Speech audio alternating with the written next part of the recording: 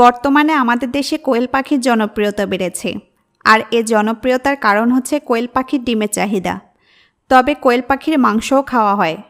কোয়েল পাখির ডিমের চাহিদা মেটাতেই ক্ষুদ্র ও মাঝারি পর্যায়ে বাণিজ্যিকভাবে কোয়েল পালন শুরু হয়েছে।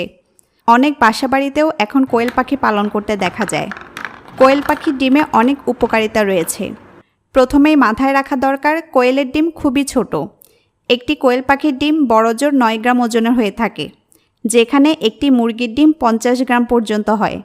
তাই পরিমাণের দিক দিয়ে 5টি কোয়েলের ডিম একটি মুরগির ডিমের সমপর্যায়ে হয়ে থাকে।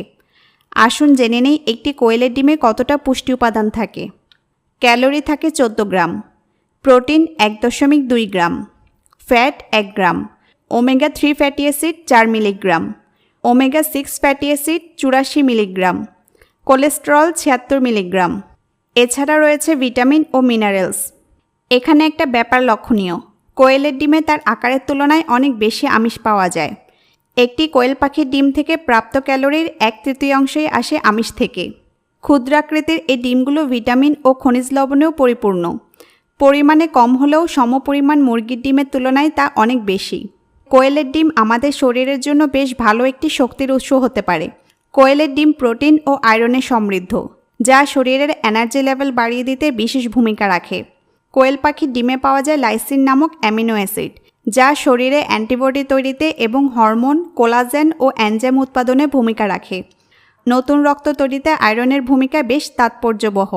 শরীরে আয়রনের অভাব হলে অ্যানিমিয়া বা রক্ত স্বল্পতা দেখা দেয়, যার ফলে ঘন ঘন ক্লান্তি ও শ্বাস প্রশ্বাসে অসুবিধা দেখা যায়। আমাদের মস্তিষ্কের কার্যকলাপ ও সামগ্রিক স্বাস্থ্যের জন্য ভিটামিন B12, থাইমিন ও ভিটামিন B2 বেশ গুরুত্বপূর্ণ। প্রয়োজনীয় পরিমাণে ভিটামিন B12 আমাদের স্মৃতিশক্তির ক্ষয়রোধ করতে সহায়ক। কোয়েলের ডিম ভিটামিন B12 এবং রিবোফ্লাভিনের একটি ভালো উৎস।